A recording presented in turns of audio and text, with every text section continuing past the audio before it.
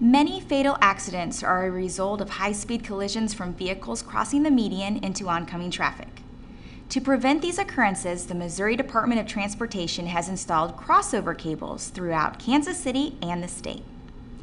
You might have noticed many of the new installations are placed to the side of the highway rather than the middle. MODOT Incident Coordinator Rusty James explains why. One of the best pieces of technology that MODOT has put in place on our highways in Missouri is the crossover cables, or median cable barriers. All of the interstate highways at some point in time in the Kansas City metro area will have cable barrier. I-70 all the way across the state of Missouri has it, I-44, and we're working now to get all of the interstates in the Kansas City area installed. We've also installed it on some of the U.S. highways and some of the state highways based on crash locations and things like that, where we know we've identified a problem and we need to stop any crossovers. The median barrier is being installed on one side or the other, or closer to one side than the other now with the high tension cable. Depending on the slope of the roadway and then the slope away from the roadway down into the median, cars can easily go over cables at some locations.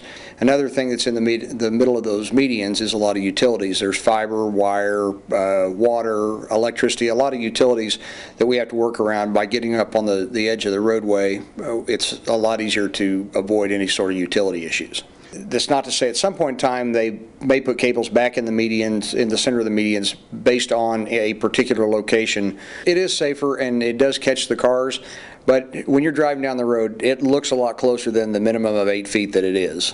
Anytime that you see cables that are damaged, please notify MODOT as quickly as you can. The majority of the time you probably see pink paint on cables that's been damaged. That just notifies us that it's already been reported.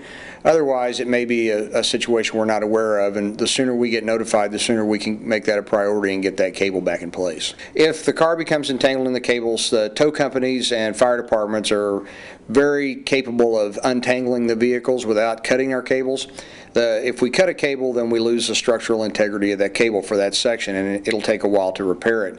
There are ways where the cable can be cut, which minimizes the intrusion to the cable system. And if they find themselves in that position, please contact a reputable tow company or the fire department and MODOT, and we'll see if we can't work with them to get their vehicle out of the cables.